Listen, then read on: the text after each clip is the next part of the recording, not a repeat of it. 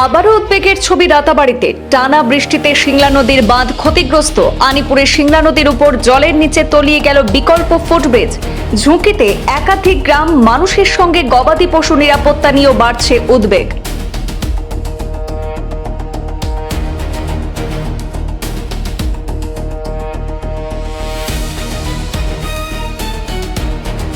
গত কয়েকদিনের লাগাতার ভারী বৃষ্টির জেরে রামকৃষ্ণনগরের দক্ষিণাঞ্চলে মানুষের দৈনন্দিন জীবনযাত্রা মারাত্মকভাবে ব্যাহত হয়েছে।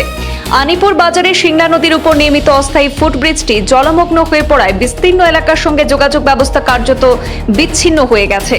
জানা গেছে, কয়েক মাস আগে আনিপুরের মূল সেতুটি ক্ষতিগ্রস্ত হওয়ার পর থেকেই আনিপুর, টিমোখা, দুর্লভছড়া, নিভিয়া ও রাতাবাড়ি সহ একাধিক গ্রামের মানুষ ভোগান্তির মধ্যে দিন কাটাচ্ছেন। আর সেই পরিস্থিতিতে প্রশাসনের উদ্যোগে একটি বিকল্প অস্থায়ী ফুটব্রিজ তৈরি করা হয়েছিল। তবে সাম্প্রতিক টানা বৃষ্টিতে নদীর জলস্তর দ্রুত বেড়ে যাওয়ায় সেটিও এখন সম্পূর্ণভাবে জলের নিচে চলে গেছে।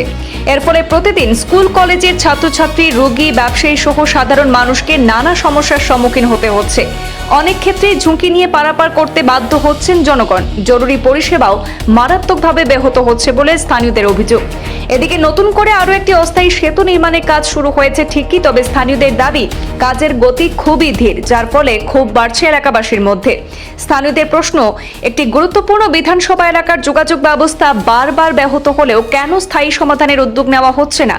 তাদের জোর দাবি, দ্রুত একটি মজবুত এবং স্থায়ী সেতু নির্মাণ করে দীর্ঘদিনের সমস্যার সমাধান করতে হবে, অন্যথায় বৃহত্তর গণ আন্দোলনের পথে নামার হুঁশিয়ারি দিয়েছেন ক্ষুব্ধ বাসিন্দারা। আমার নাম বিমল দেবনাথ। অসুবিধা বলতে, যখন এই যে আগের পুরানো ব্রিজটা ভাঙার পরে প্রথমে ছিল নৌকা দিয়া মানুষ যাতায়াতের ব্যবস্থা, 2 নম্বরে একটা ব্রিজ করলো গ্রামবাসী তুলিয়া বাস দিয়া ছাটাই দিয়া ছাটাই একটা ব্রিজ হলো গেল এটা। তারপরে হলো তারা ফুটব্রিজ আজকে জল প্লাবনের কারণে এটা গেছে যা। আর একটা ব্রিজ করে এটা কে বা কারা করে, এটা আমরা জানি না গ্রামবাসী বা এতজন। তো এই তল্লাটের যে মানুষগুলো আছে, কয়টা বাগান আছে সত্যি জানি, বাগানের মানুষ প্লাস আমরা এই অঞ্চলের যে মানুষ, রামকৃষ্ণনগর থেকে স্টার্ট করিয়ে একদম কালিয়াগড় পর্যন্ত। আর এদিকে আপনার দলিবিল, দুর্লভপুর, বিলবাড়ি, হ্যাঁ ইত্যাদি ইত্যাদি এইসব এলাকার আমরকাল, এদিকে আপনার পেলে যে বিদ্যানগর, বাগান, মোকামের মন, হ্যাঁ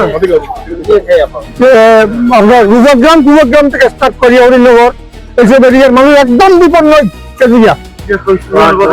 ছাত্ররা খালি ছাত্র না তো, সাধারণ মানুষ তো ছাত্র না, সাধারণ মানুষ পর্যন্ত এই অবস্থা।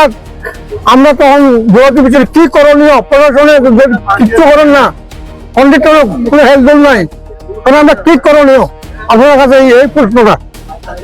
অনুমানিক 1 মাস হয়ে যার এরা এসে কাম, কিন্তু সারাদিনে একটা তোলেন আর বই থাকে, একটা খুলে বই থাকে, এরকম করেন।